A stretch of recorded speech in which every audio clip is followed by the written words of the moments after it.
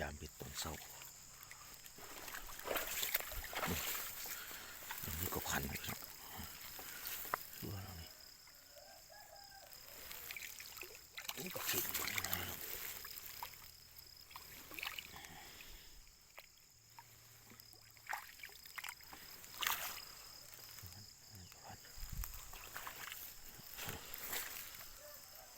นี่ก็พัน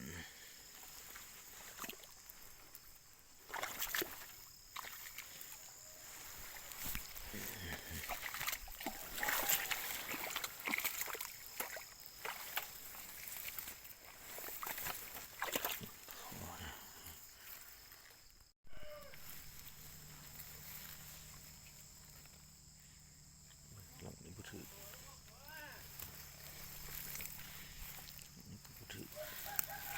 โอ้หลังนี้พันจะเป็นพันจะ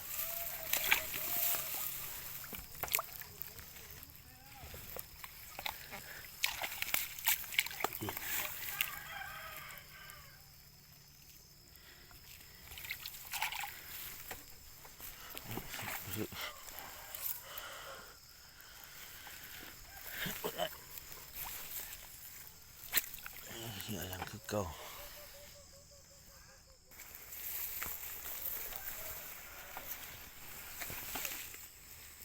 โอ้นี่พัน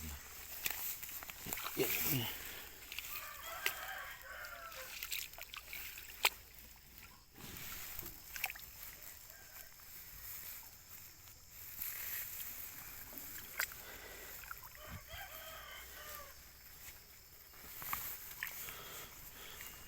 โอ้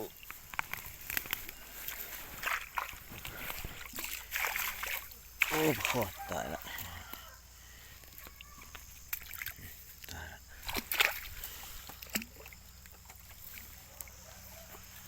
ตายเลยอ่ะพอ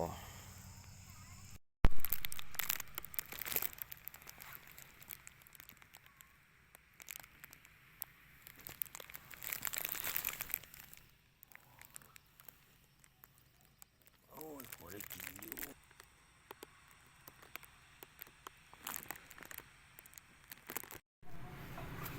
โอ้พอได้กินอยู่พี่น้องเอ้ย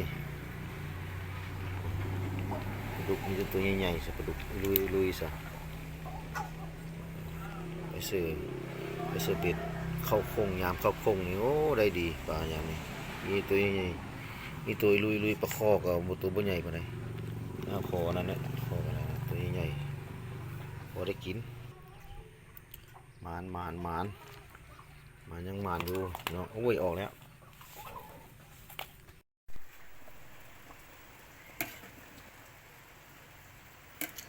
เด้อต้มยำปลาดุกเด้อตัวใหญ่ต้มยำปลาดุก